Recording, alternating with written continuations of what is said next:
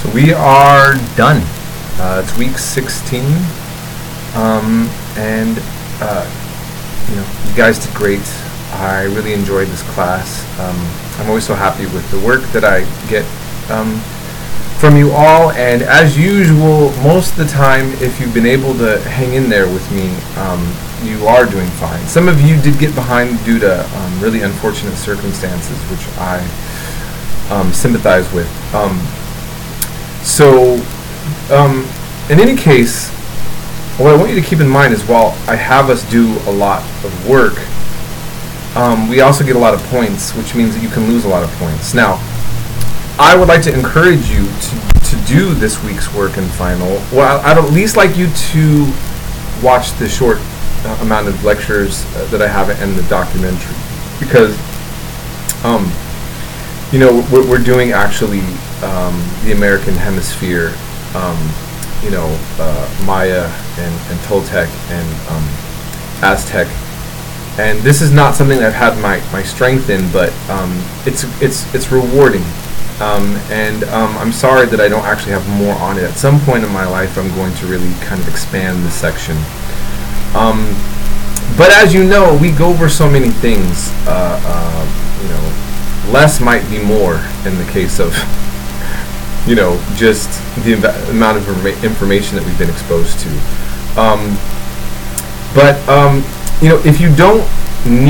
If you decide you don't want to do the notes or the exam for this week, just tell me and give me your last thoughts. But I would like you to at least get the information, go over the information at the very least.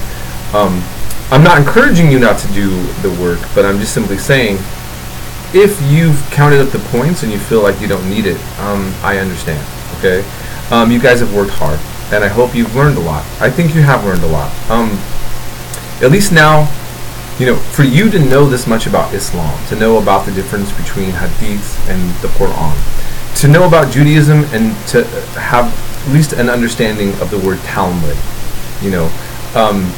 the idea of understanding the wide range and variety of Christianity, and the fact that Ethiopia has a long Christian tradition, for example, and the great schism between the Eastern Roman Orthodox Church and the Western, to be able to kind of have a better understanding of India's development with Vedic religion, with Hinduism and Jainism and Buddhism, to look at China and to be able to know that Buddhism comes out of India as a foreign religion through missionary work, and that Confucianism and Taoism are indigenous religions to China, with a kind of rich philosophical context.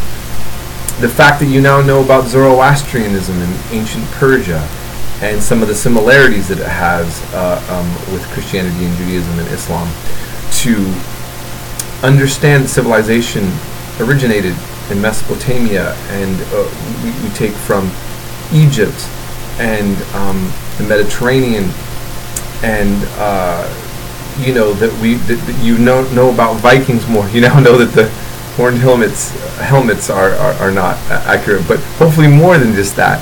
You got to explore Norse mythology. You got to have an understanding, an idea about the Celts, and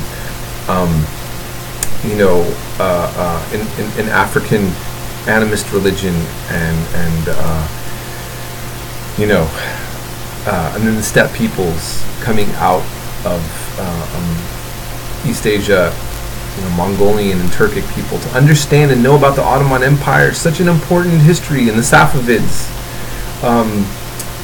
the Shiite-Sunni split. I mean, look what you've learned.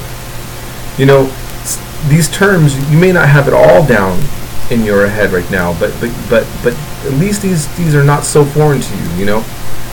You got to end on also learning more about Mughal India and Sikhs, and I promise you, as you move forward, if you explore more, the world will look less and less mysterious to you in a kind of confusing way, and you will become fascinated, drawn in perhaps, to understanding the wide range of variety we have in the world and why things are the way that they are. So I just hope that you continue on this journey with me. You don't have to be a history major. You don't have to go into education, but for your own benefit. And especially right now, as I've mentioned, there is a political trend in the world that people cannot get along. That separatism is the only answer. We are seeing the rise of something very similar to happen in World War II. Under different circumstances, I mean, things that happened that led up to World War II, okay?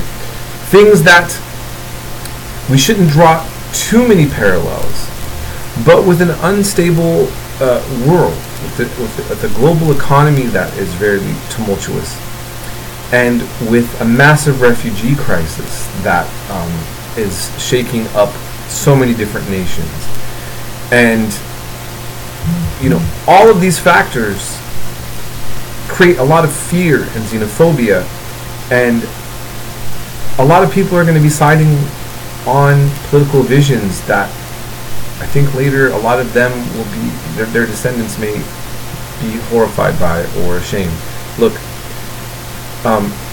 we live in serious times. I have to say, I think it's very important not to have our heads in the sand about the way the world's going, where our country's going. And we shouldn't be hung up on just political parties or insulting other people and seeing what their views are.